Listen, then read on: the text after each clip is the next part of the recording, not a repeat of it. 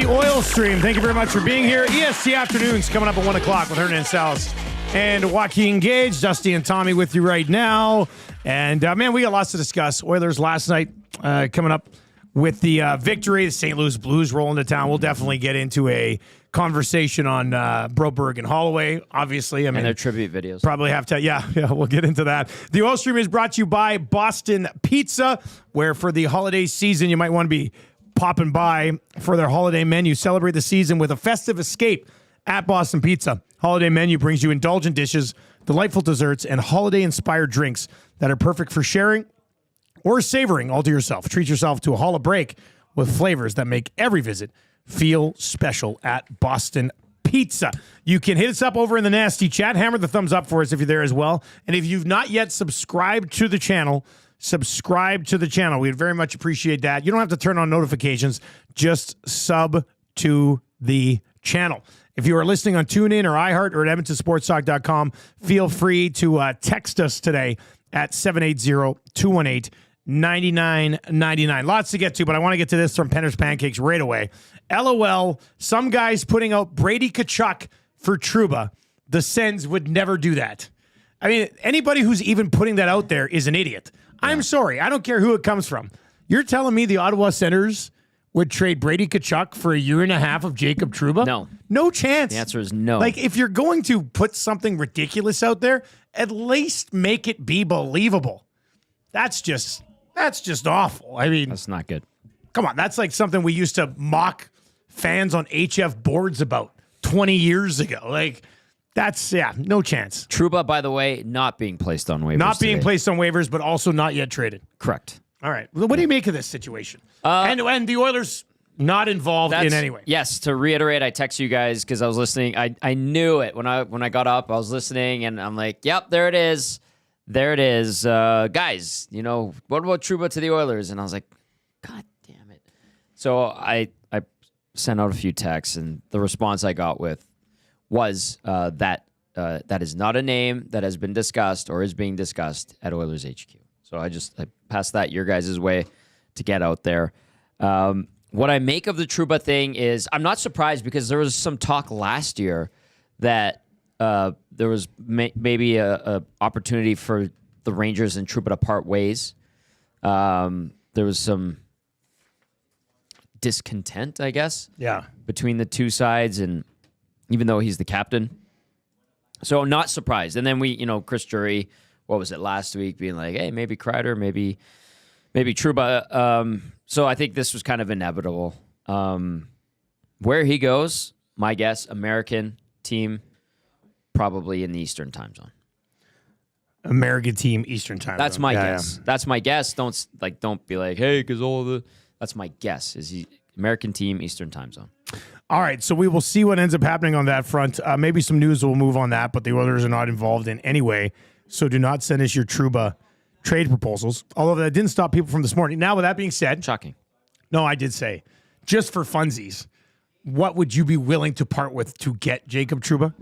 You'd have to make it obviously work from a cap perspective. And I mean, if this guy's the issue with the New York Rangers, I don't know why anybody would want to bring him in at the 8, like unless they think in fresh start. He can be a good defenseman, but the whole way it's been handled in New York has kind of been a little bit bizarre to me. But can I just say something about New York? Like, listen, cutthroat, that team wants to win. It's built to win. But apparently, I had a great conversation with some staff from the Rangers in the offseason, and they're like, Drury is hardcore. When he gets an idea in his mind, he's stubborn, and it's his way or the highway. So that's where some of the issues can stem from. And if you get players that are, tough to deal with or don't take any crap from the GM, then you get friction. So I just wanted to get that in. Yeah, no. Drury's like a fiery guy. Like, he was a hell of a player, but apparently his management style is, it's my way or the highway, and I'm going to yell and scream and berate you. And that's kind of how he goes about his business, apparently. The text that we had this morning, I can't remember who it was from, so I'm not going to make up a AM Nasty handle. But they suggested for Trouba, they would part with 2 firsts, a second. Oh my! Arvidsson and Boaki with 50% retained, right? Because if you have 50% retained on Arvidsson, that's form. So it's a saw off, from a cap perspective. But then you're giving up 2 firsts, a second, and Boeke for a year and a half of Trouba. Overpay much? I that's what I thought. Now you get Trouba for 2 cup runs, but 2 firsts, a second, and the best defensive prospect in your organization. That's a spicy meatball. A lot. We'll see what he goes. Whether it's Columbus, Anaheim, whoever's been linked to it. It doesn't sound like it'll be Ottawa. Drager said there's been nothing there on that front. So anybody creating these ridiculous Brady Tkachuk rumors, just stop it. Just stop it. All right. Mo asking over in the Nasty Chat. Good day, boys. Is it just me or does anyone else think Leon Draisaitl is playing some of his best hockey this year as an Oiler? Dude has been an absolute machine. Well, 2 goals last night. Hyman, 2 goals last night. I popped in the post-game chat for a while. Saw that Skinner somehow became a topic again and decided to go to bed. But what was the post-game like last night? Honestly, I thought it was pretty calm. We had a good discussion. Gager was great, filling in for Cass. He will be for the next 4 games as well, or 3 games. And a lot of positive. Last night was a calm post-game.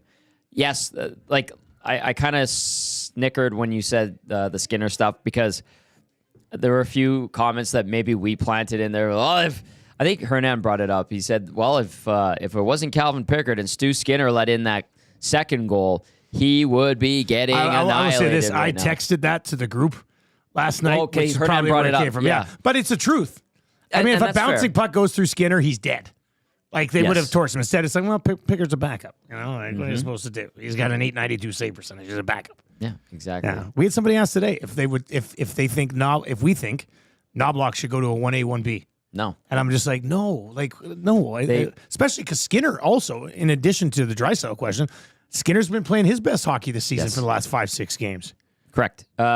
His averages aren't where they need to be, aren't where they are desired to be. It's getting better, but his overall game has been improving, absolutely. And I think, even when the team wasn't winning in the first, let's say, 15 games, there were a chunk of those nights where Skinner kept them in the game. But you could come at me and say, but Tom, he was letting 3+ all of those games. Yep.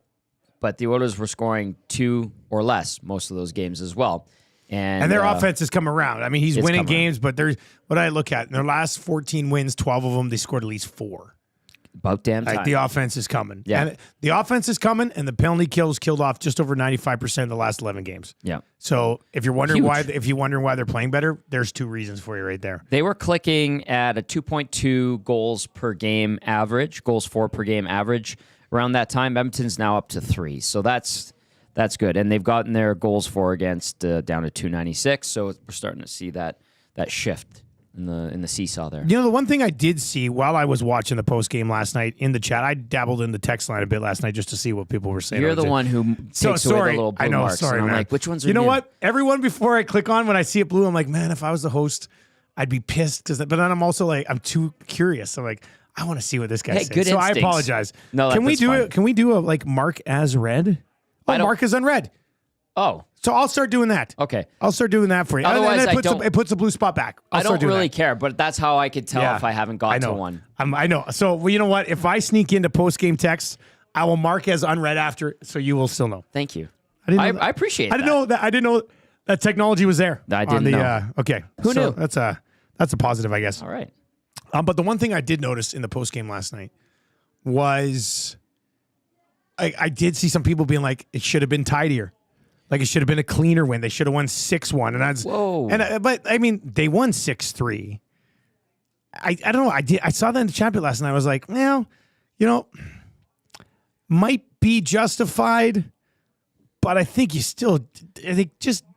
wouldn't nitpick a 6-3 win. Like, I don't think I would. The 2 weird hops. I thought that was a nice redirection on the first goal, the LeBanc one, but it was also extremely lucky because I can't remember who had the first redirection. That was a tough stop. I mean, whatever. Gager talked about it last night too. He's like, Pickard's in the perfect position. And whoever, I have the scoring summary here. It was Putia. Don't call me Pythia. Yeah.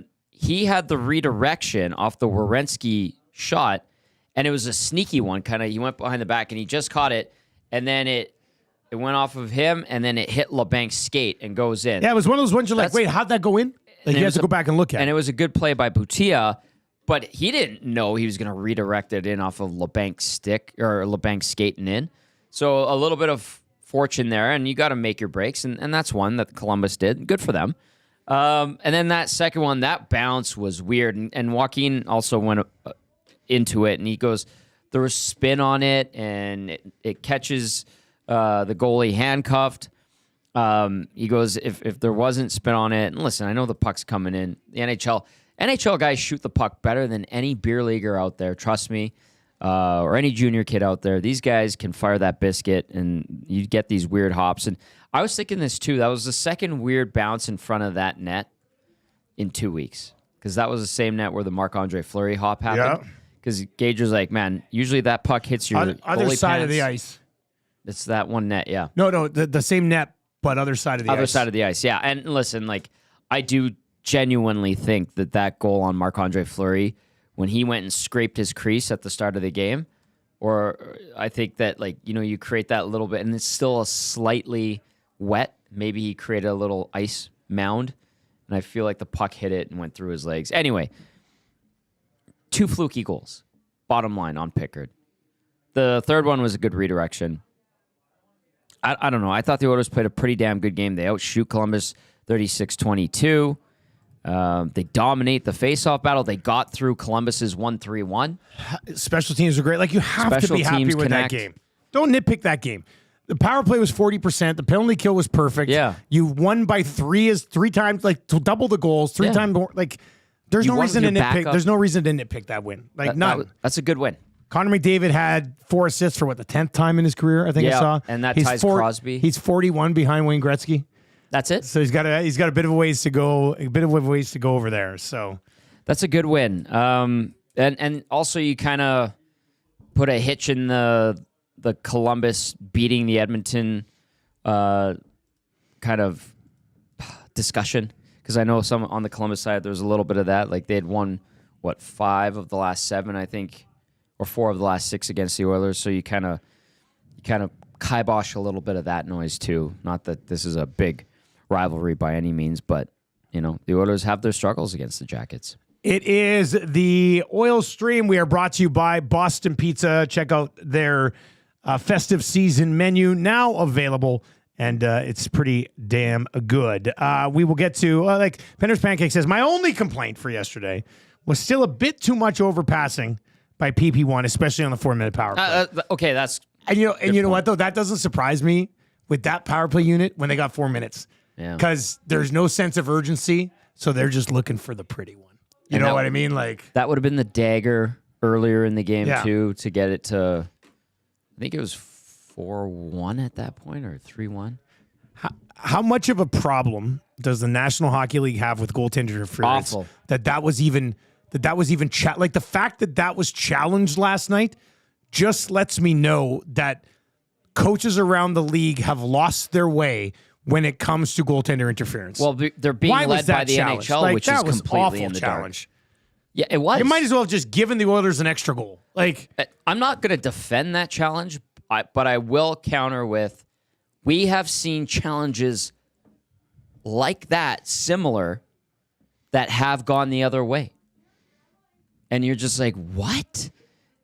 I get the rationale behind Dean Evison, his video assistant, going, we're going to challenge that because we think there's something there.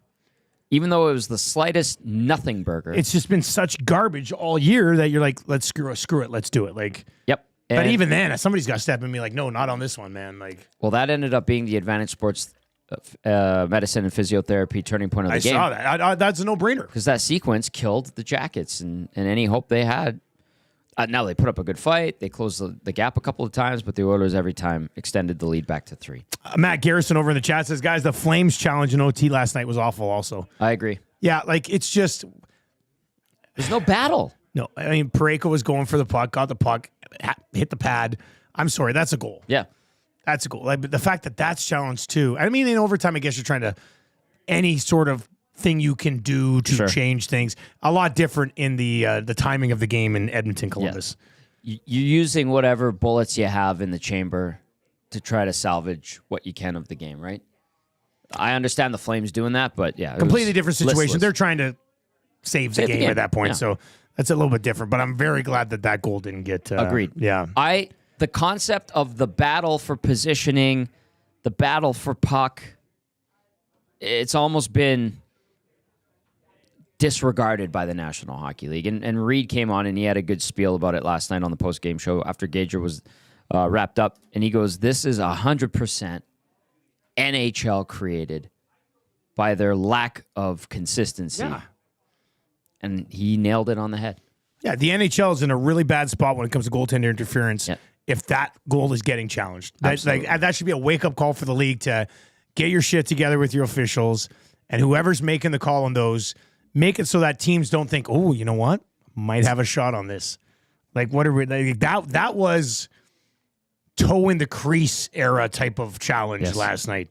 And just, I mean, I got no time for that. I think it's an awful look for the National Hockey League. For the younger kids out there, toe in the crease happened between 97 and 99. If you had a toe or any part of your body literally in the crease from the overhead shot, no goal. And for the other younger kids out there, don't go near the crease if the eliminator's on the ice.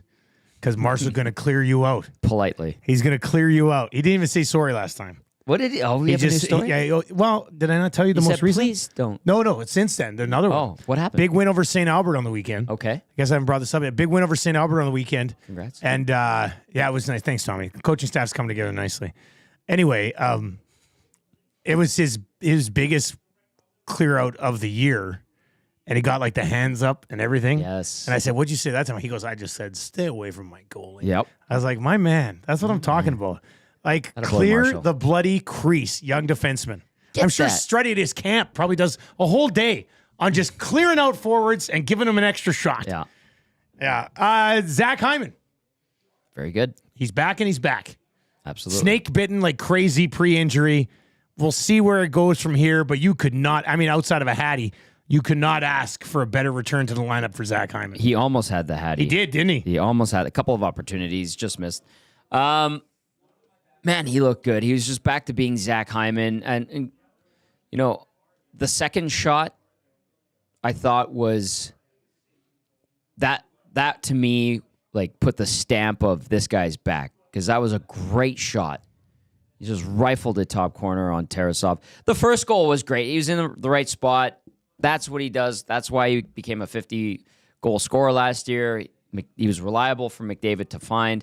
I think he even said, they had it on the in-house shot when they zoomed in on him after that goal. He said thank you to Connor and then went, yeah, let's go, baby. Yeah. But, like, you could see him and he goes, thank you. And that was a great play by McDavid, who was fantastic.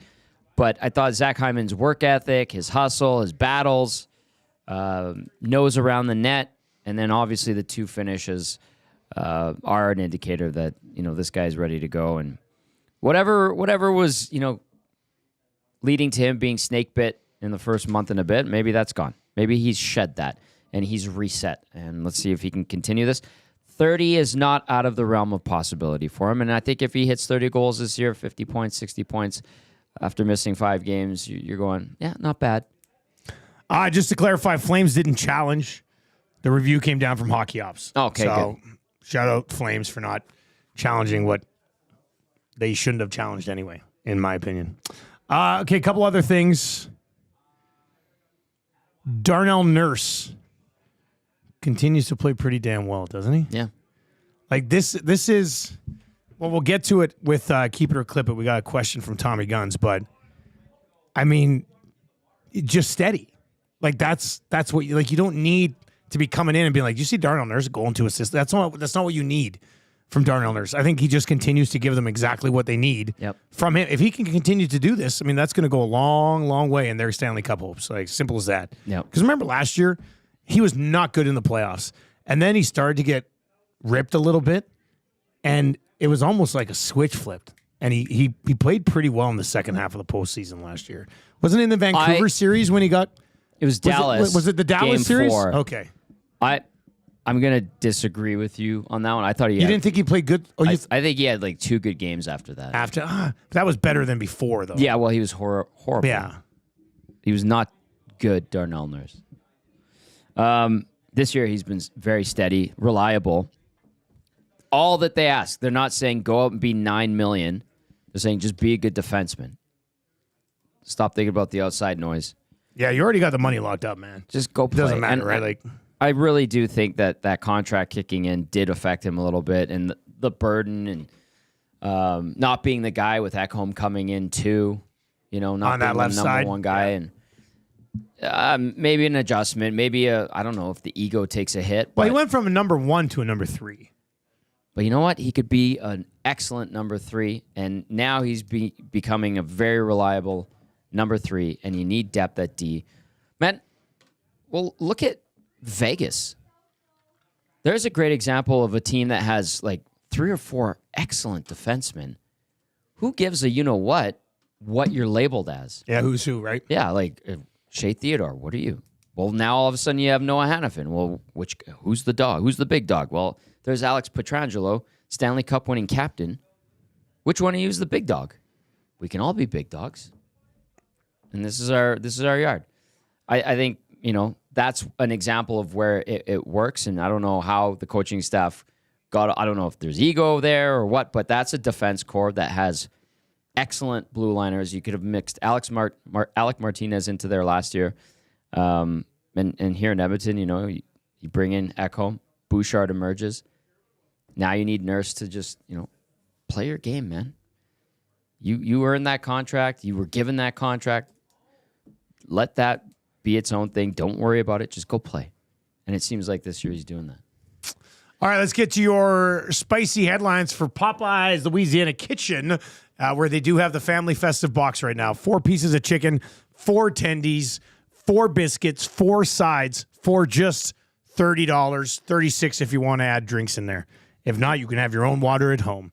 Spicy headlines. This is just in from Pierre Lebrun 2 minutes ago. Hearing that the Ducks have emerged as front runners in a Trouba trade. Trade isn't finalized, but told that both teams are working on trying to get it done. Oh, there goes my guess. There goes the Eastern time zone thing. Yep. But I wonder what the Ducks are willing to give up in a Trouba trade. Do the Rangers, with hopes of this season, bring Cam Fowler the other way, plus a bunch of stuff? What is Cam Fowler now? I don't.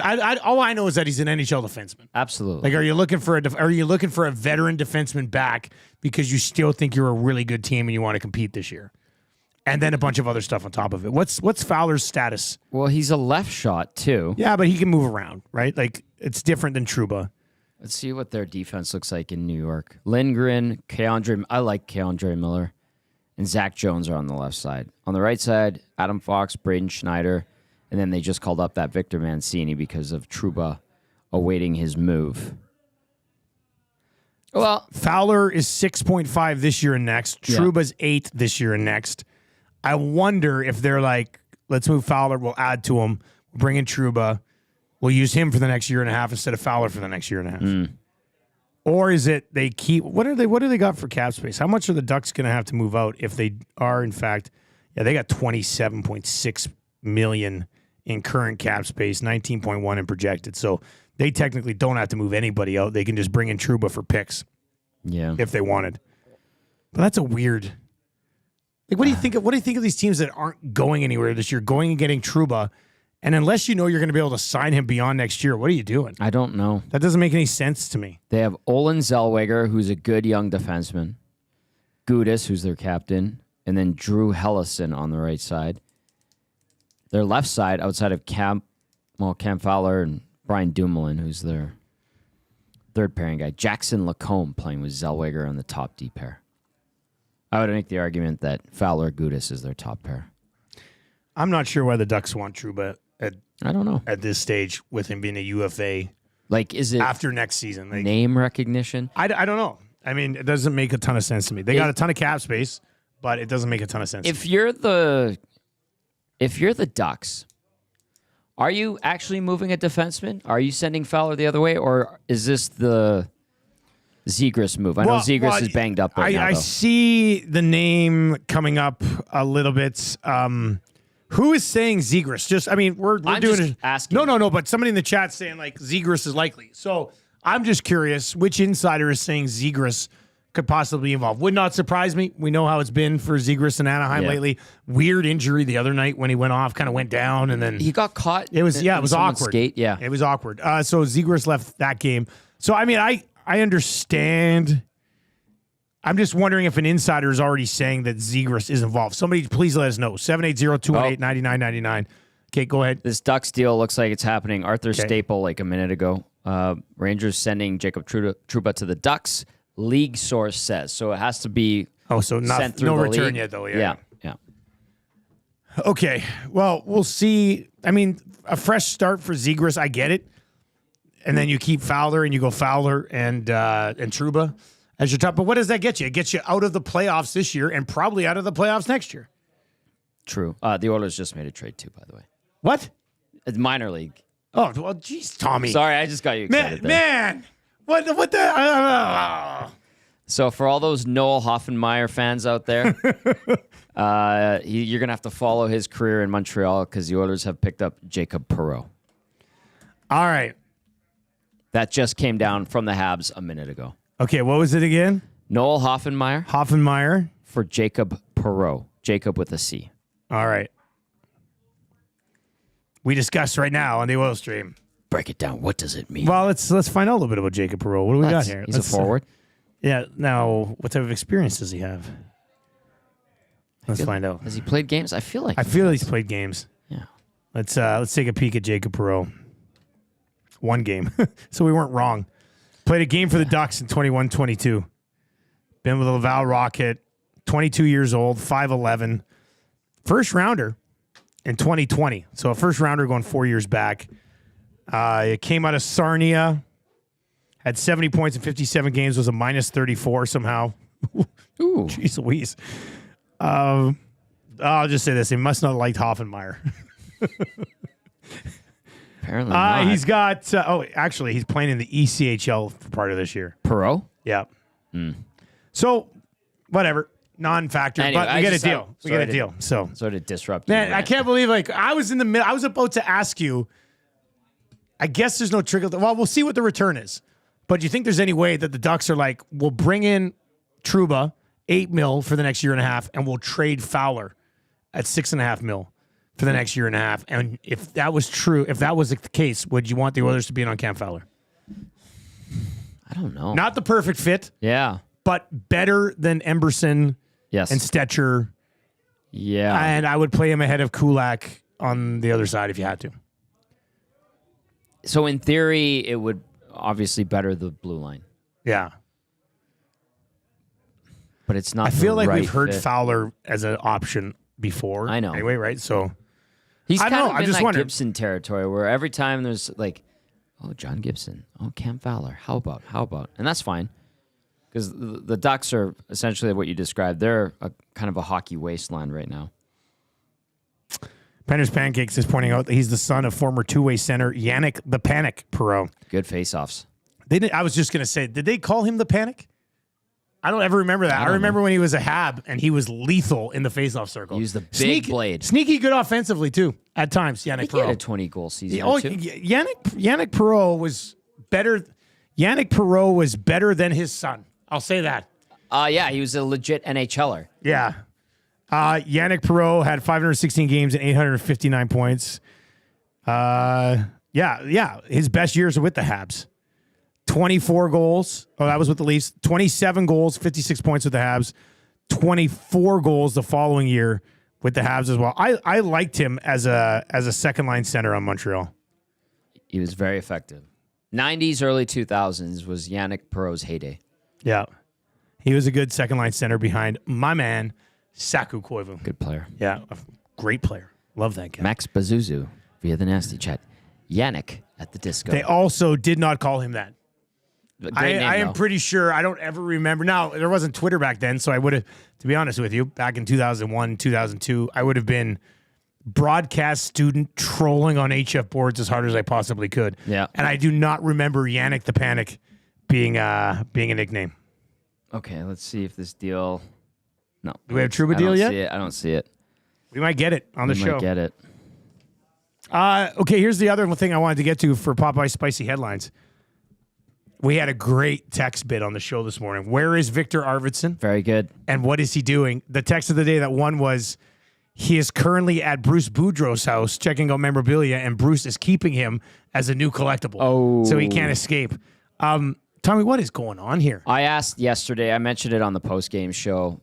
I literally said up at the press box last night, okay, what the hell's going on with Arvidsson? Yes. I got a chuckle, and, well, he'll probably play before Christmas. That was it. Yeah. And the other thing in the morning, I was told that sounds like he's skating. So he's just skating away right now on his own. And Yeah.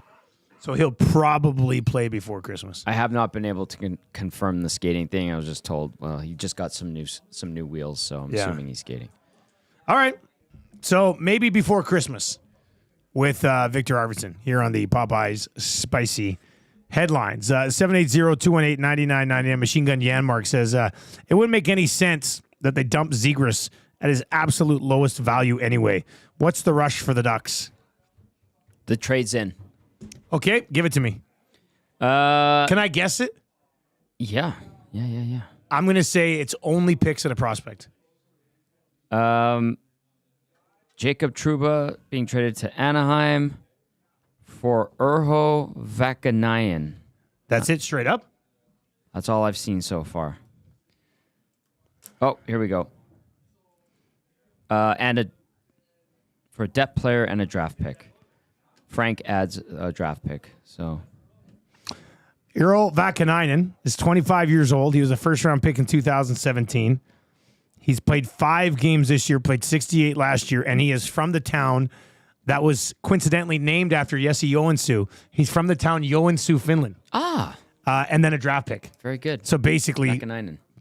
the Rangers are just giving him away, depending on what the draft pick compensation is. You know what's funny is how they said that they might just put him on waivers, Jacob Trouba. Something must have come to a head where they're just like, okay, let's get him out of here. Again, that's just my assumption based on what little information we've been given. I mean, the only thing I can think of is that they think every single one of their issues is related to their captain, Jacob Trouba. That's it. Like, you're supposed to be a team that is competing for the Stanley Cup this year. They're not. No, not And should be. Yeah, trading your captain is the answer. Like, he has to be an issue there. Has to be. could be. Like, and we'll see what they do with the cap space, I guess. All right, so picks and a Finnish defenseman who, even though I'm not too aware of him, I love him. Urho Vakanainen. Very good. How about your boy Patrick Laine? I was saying that was my favorite draft ever. Laine and Jesse Puljujärvi coming off that World Junior tournament, the most dominant line in World Junior history. Correct. I loved both of those guys, man. It was awesome, especially, not that I'm a fanboy anymore, but I grew up a Habs fan, and seeing Laine do that and get the love. classic Montreal ovation, it was awesome. Yeah. I thought that was really cool. 2 great goals that he scored. All right. That's your Popeyes Spicy Headlines. Let's get to Zach to come. I'm stealing the mouse for a second. Where is it? Here we are. Let's get to Tommy Guns. Keep it or clip it. Keep your questions coming in. 780-218-9999. 780-218-9999. Rob from Lake kind of sums it up. He's not traded. They're dumping their captain, which is essentially what it was. If they were going to willing to put him on waivers, and this question comes in and says, guys, I wonder who gets to see in New York. Kreider, but Kreider was also a guy that had been name dropped lately as. Yeah. I mean, is it Zibanejad? I like him. Probably I think he's a Zibanejad. good player, yeah. Could be. All right, keep it or clip it. For Tommy Guns. Darnell Nurse is playing the best hockey he's played in the last 2 years. Keep it or clip it. Keep it. He's very sound, reliable. No complaints, like, honestly. I think you got to, man, this is very encouraging. Yeah. Like, I said it last year, and I do think he got better. I disagree with you. I do think you said a couple good games. I don't even know if he had a couple good games before but I liked him more after what went down in the Dallas series but anyway, I still think he's playing much better now than he was even then. But if Darnell Nurse can continue to play like this and dare I say it, even a little bit better, that changes things for the Oilers significantly. Certainly Like helps. it's been pretty outstanding. Yukon Jack, who is here in our building right now. Awesome to see him, by the Yukon way. Jack will work for Edmonton Sports Talk one day. Keep it or clip it. Keep it. I'm leaning towards keep it too. I just for my own selfish purposes, keep it because I love him. He's a beauty.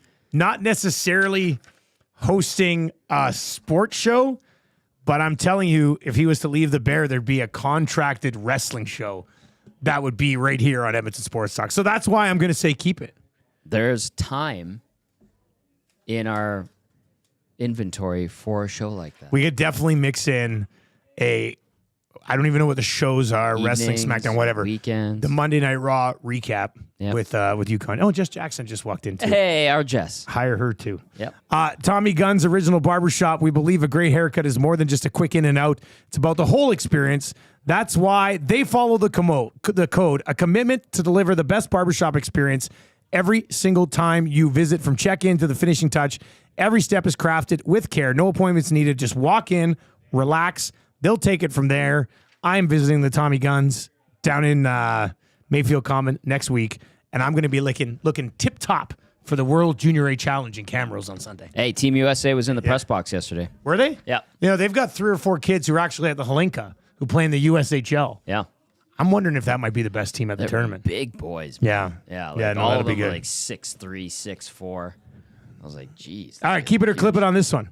The penalty kill is what has turned the Oilers' season around. Keep it or clip it. Oh, There's 2 options here, right? Offense getting going That's what I was going to say. or penalty kill. I'll clip that one because I think them scoring. It's close, You though. need to score goals. They're finally doing it. So I'll clip it, but that's a hard one. That's a really hard one. I think that's the best keep it or clip it question I've had for Tommy Gunn since we relaunched this segment. It's a tough one because it's like Zach comes. What do you think? You're looking over here. Zach, are you curious about this one? Yeah. The penalty kill or the fact that they're scoring goals like they used to? What is more valuable in the turnaround of the season?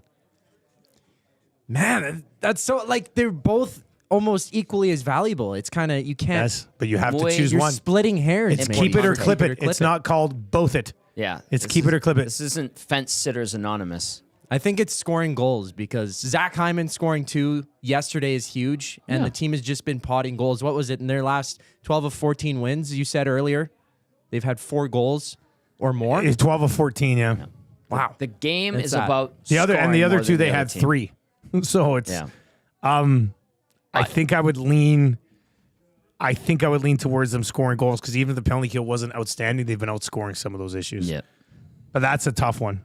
That's a very good keep it or clip it. I did that last night. I prepped for all this last night because I knew there'd be a bunch of people here today, and I didn't want to try to like focus on coming up with these questions. So maybe I should prep for Oil Stream every night the night You're a before busy while I was boy. watching the game. You're a busy boy. All right, here's another one. Jeff Skinner would score more goals on McDavid's wing this year than Nuge. Keep it or clip it. Keep it. I would keep it too. He's more of a natural goal scorer anyway. Absolutely. And he's got more goals than Nuge without being online, doesn't he? What's he got now? He's got 5. Was last night 5? I think last night was 5. Yes. What's Nuge at? Nuge is at 4? 4. Skinner's at 5. Skinner's at 5. So he's got more Yeah. goals than Nuge not playing on McDavid's line. That is correct. So, and not playing on the power play. That is correct. So I'm definitely keeping this one. Skinner would score more goals on McDavid's wing than Nuge. Power play 2 gets 1. Skinner involved, by the way, last night. Goal and assist. Yep. That's 2 really good games back to back for Skinner. I liked him against Vegas. Yep. And I liked them last night. I have a kind of like a quasi keep it or clip it, but I made this comment yesterday to Shoggy. I was watching and I noticed Podkolzin take a spin with Perry and Ryan. And I just said, hey, look at that. Podkolzin on the line he should be on. And what did Shoggy say? What, you don't like him? Oh, careful. Shoggy went right to that, and I said, Shoggy, it's not that. I just think he's a good third, fourth line guy. And he goes, huh. And then he Did he make a note on his iPad or whatever? did. He in his left-handed weird writing. Yeah, I mean, I think the way he writes left-handed, I think he's faking it. It's like It doesn't over look and it doesn't look real. Yeah, it's bizarre. It's like Yeah. how he eats corn with a fork. Yeah. It's strange. But Skinner came up too because I think Shoggy, after he did the hand in or chin in hand, he goes, "Well, who would you put there?" And I said, "Honestly, man, Jeff Skinner." And it situational, obviously, too. Like if you're defending. Skinner also has more goals than Podkolzin without playing in the top 6. Yeah. I mean, so we were asked this morning, and it was a good question, and we'll ask it of you now. And this isn't a keep or clip it, but how does Skinner get back into the top 6? And Trev and I unanimously said Nuge injury. And then you said today, was it you that came in here and said, well, you could take Kapanen out and play Skinner up there? No, I did not say Somebody that, else came in and said, well, you that. could take Kapanen out, play Podkolzin on the right side, put Skinner on the left side. Yeah. Which I guess, so right now, Jeff Skinner, who signed here, I'm assuming thinking he was going to play He's probably told that. top 6 minutes. Yeah. Is not playing behind Podkolzin and a waiver claim. Like, Yeah. it's a little strange. And it goes back to, like, I know, seeing chat discussion and comments about him in our text line, and it's like, well, you can't rely on him, and he just doesn't give you anything. I feel like those comments are coming from fans of the team that expect him to provide a solid or respectable 200-foot game, but that's not him. Like, I think he's a flawed player. Most players are, but in the NHL, a lot of them are just super good. He is strictly offense. So that's why when people were saying he's in the doghouse, I was kind of like, is he? Or they just... Yeah, but guys who are strictly offense usually play in the top 6. Yeah. You don't play those guys in the bottom 6 because you don't want those guys in the bottom 6. Is he being miscast here? Like 100%. I do agree with that. Yeah. I do think he's... Like, how many teams has Jeff Skinner been a bottom 6 forward on? I think And the Oilers are a better team than other teams he's played on, but they have a waiver claim playing in the top 6. Yeah. And a guy who was basically cast away has 3 goals while playing in the top 6, which is still not as much as Skinner has. So, I don't know. I think you're using a very good goal scorer in a nothing spot right now. That's a good way to sum it up. But we don't know if that'll change. So, like Spanky Dufresne. What a name. I hope know, that's your real name. Mike. Oh. It's Doof. He's a Oh, friend yeah, he's your buddy, yeah. He's my brother Paul's really good friend. Doof says, Jeff Skinner reminds me of James Neal. I expected a lot, but wasn't there. But, and you know what, Doof? That's a good comparison because James Neal was offense heavy. Not a 200-foot guy. Don't put the puck on his stick. But if you have through an the neutral offensive zone. heavy winger playing with the 2 best centers in the league. Where did James Neal have his success? Playing with good offensive players. Pittsburgh, Nashville, and here in Edmonton for that first year. I'm not even like a die on a hill for Jeff Skinner kind of guy. It still makes sense to me to have him in the top 6 kind of guy. Use him to play him to his strengths. All right, let's get to this one. Keep it or clip it. Final one for Tommy Guns. Lenny needs to realize that he's not a human. Keep it or clip it. Clip it. He's a good boy. Lenny's a good boy. He's such a good boy. Connor needs to have a kid. You need to have a kid so you realize a dog's not a human. I'm sorry. Same with people. Same with cat people. It's just like, have a baby. And then I'm sorry. Lenny looks great. I mean, what a cute little good boy. You're a good boy. But I mean, have a kid. I'm sorry. That is life altering. Like Tammy and I. Well, Tammy loved her cat Jazz. Loved him. Like was everything in the world to her. And then I met her, and Jazz and I had this weird rivalry where I hated him. He hated me, but when Tam wasn't around, we would cuddle a little bit on the couch. Mm-hmm. But then we realized once we had kids that, they're humans, and you love them. Yeah. And it's just, I don't know. I think Lenny needs to realize a little bit that like you're a dog. You probably don't need to be at the 1,000-point ceremony, but this is how people without kids love their dogs. I love that Lenny was there. But you're a big dog guy too. I love dogs. They burrow into your heart. Have a kid. There aren't many dogs I've met that I'm not like, oh, what a wonderful, wonderful creature. Now, listen, there's some things that humans do to dogs that are terrible, and set the dog off on a bad path, or you get like the wild dogs that are like. But I just think if you're going to treat your dog like it's a kid, just have a kid. Just have a kid. I don't know, man. There's something special about dogs. Tommy. I'm not a dad. It's more special about kids. I know. I mean, I grew up with dogs. I loved my dogs. On a farm. But if somebody's like, hey, Dusty, choose your dog or your son. The answer is Marshall Keith Nielsen all day long. Choose your dog or the Muzz. Of course it's the Muzz. Of course, but he hasn't had that gift and life experience yet to recognize the different, dog versus child. I know, that's the thing. That's why I'm saying have a kid. I think he probably will soon-ish. I'll make the claim right now. Connor McDavid doesn't win a Stanley Cup until he's a dad. Mark it down right now. Friday, December 6th, 2024. McDavid doesn't have a kid until he's a dad. Surveyor Brett, get the quote. Put it down. Mark it in the calendar. To the thread. I know you're busy working on 103rd Street. You guys have been pouring a lot of concrete. I saw it yesterday. But mark it down. All right, 780-218-9999. 780-218-9999. Hampton Steve says, yeah, because having kids solves all couples' issues. It's never backfired once. No, but I'm just saying if you're going to treat a pet like it's a little human, just have a little human. Okay, Skip the step. So you're saying he treats it like a little human? He's wearing clothes. He's, I'm just like, have a kid. My mom does that to Penny. I know, it's just, but your mom's had kids. Yeah, that's different than a couple in their mid to late 20s. And she lives with a 69-year-old kid, too. Yeah, so. well, exactly. Yeah. So, and Tammy lives with a 43-year-old kid. Exactly. Actually, to be honest with you, sometimes I would refer to myself as a 43-year-old dog. She came downstairs last night during the game, threw me a piece of cheese, and I tried to catch it in my mouth. So it's really not much different. Sean, I love the comments that are coming out of this. Sean says, Tommy doesn't have kids. Don't trust his opinion. I readily admit I don't know how special the gift of being a parent is. And I know it comes with a lot of responsibility. It is the best thing of your entire life. I keep hearing that. It just is. And I loved my dogs as a kid. Yeah. But being a parent and having kids, I mean, it depends on the type of person you are, I guess. But like, I always wanted to be a dad. And it's even exceeded my expectations. I love being a dad. I love having kids. And I love not having to pretend that Tammy's cats, our little boy, will take out with us. Like, I'm sorry. I mean, I'm not out here pretending Penny is like my little sister, like the fourth Gazzola kid. But I love, like, they are a part of your family. They have personalities.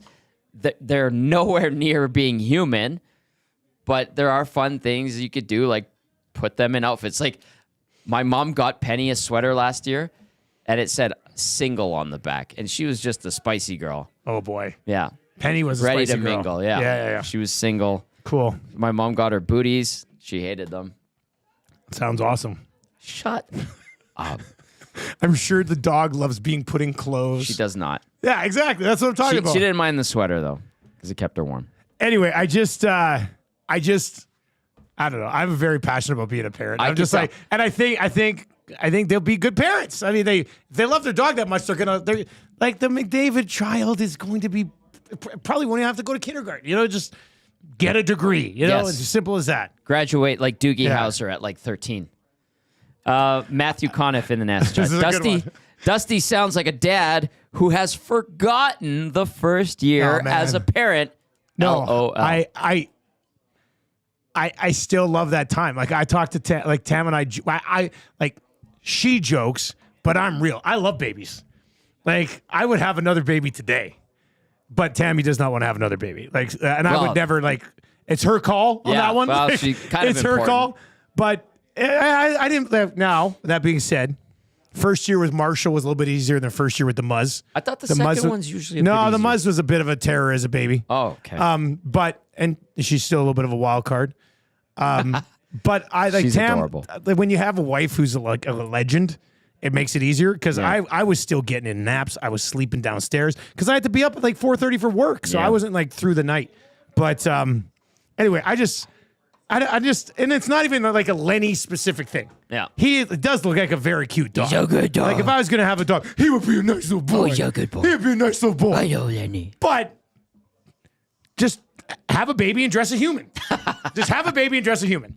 That's what I would say about that. I laughed because when Belzy had his second in September, young Hendricks, he'd come in to do Hello Hockey, and I'll be like, how's Hendricks? And he's like, great, peed on his mom today. I would just laugh. I'm like, how many times has he gotten you? He goes, none. He knows better. He knows better. Yeah, I just Oh, laugh. it's coming. It's coming. I was explaining to Marshall last night, we were talking about my inability to burp. And he was like, Daddy, do you think I will have an inability to... Zach, can you set up the extra? Will I have an inability to burp? No, you're going to And be I just said, fine, well, kiddo. you know, I remember burping you as a baby. But then Tam was like, well, baby burps are different because they basically just puke on you.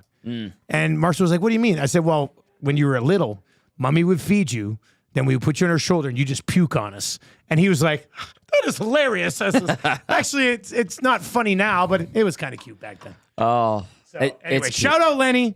Very good boy. He's a good boy. You know what? Have a baby. I don't think McDavid wins a cup till he's a dad. I'll just say it. There's another level of strength there. Brett, put it down.